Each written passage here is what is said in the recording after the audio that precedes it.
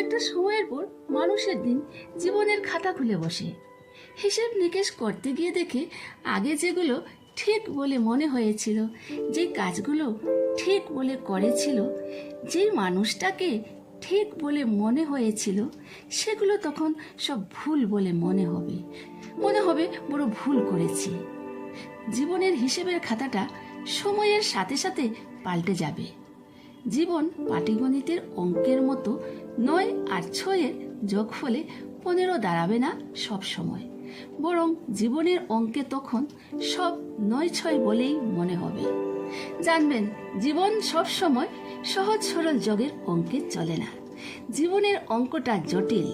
প্রথমে যা সহজে মাথায় ঢুকেছিল, একদিন সব মাথা থেকে বেরিয়ে গিয়ে পিথাগোরাসের উপপাদ্য মনে হবে এই জীবনে কেউ কারো নয়, কেউ আপন নয়। বেকার ছেলেটাও আবিষ্কার করে ফেলবে এই পৃথিবীতে সে একা। দুজন ছেলের মধ্যে বাবা মাও একদিন তফাৎ করে ফেলে খুব সহজে। রোজগারের ছেলেটাকে বাবা মা যতটা আপন করে নেয়, চাকুরি না পাওয়া, কম রোজগার করা বেকার ছেলেটা বাবা মায়ের কাছে মূল্যহীন।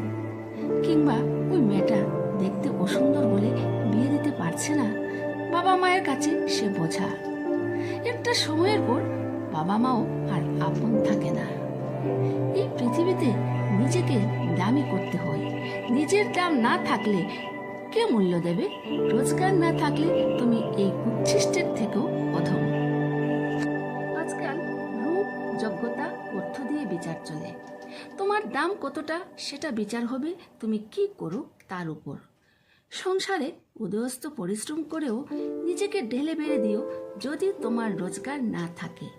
আর তুমি যদি বাড়ির বউ হও, তোমাকে শুনতেই হবে বাড়িতে সারাদিন শুয়ে বসে থেকে করো কি। জীবনের একটা সময় এসে দেখবে হিসেব কিছুতেই মিলবে না।